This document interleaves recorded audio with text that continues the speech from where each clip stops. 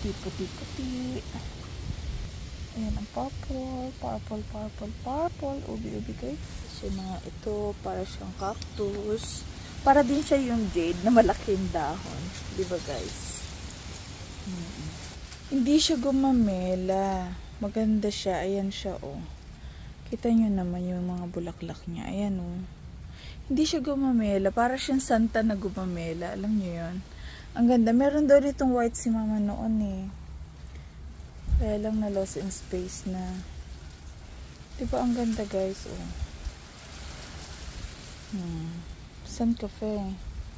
Tapos makikita mo yan mga yan. Ang bulaklak na yan. Tapos meron pa dito guys. Ito siya, oh. Tadan! Oh. Diba? Mabuhay ang mga bulaklak. Mabuhay kayo hanggat gusto nyo. Sabi nga nila. Tuntua ako dito talaga sa jade na to. Ayan, ayan lang yan. Diyan lang yan sa harapan ng aming bahay-bahay. Ayan, oh.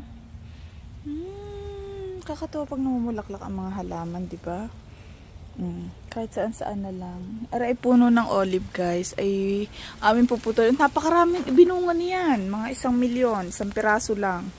Kaya kailangan nating i-pruning para gumanda-ganda ang kanyang kalagayan. So, andito pa rin nga tayo sa ilalim ng mataas. May palm din dito. Ayan, oh. Kaya kami kumukha pag Palm Sunday. Ako hindi makaget over dito. I can't wait na pumulaklak siya. Parang yung cactus ko lang. Diba guys? Andito pa rin ako sa ilalim ng puno. Puno. Ay naku guys. Ayan. Hindi ako makaget over sa mga kabulaklakan.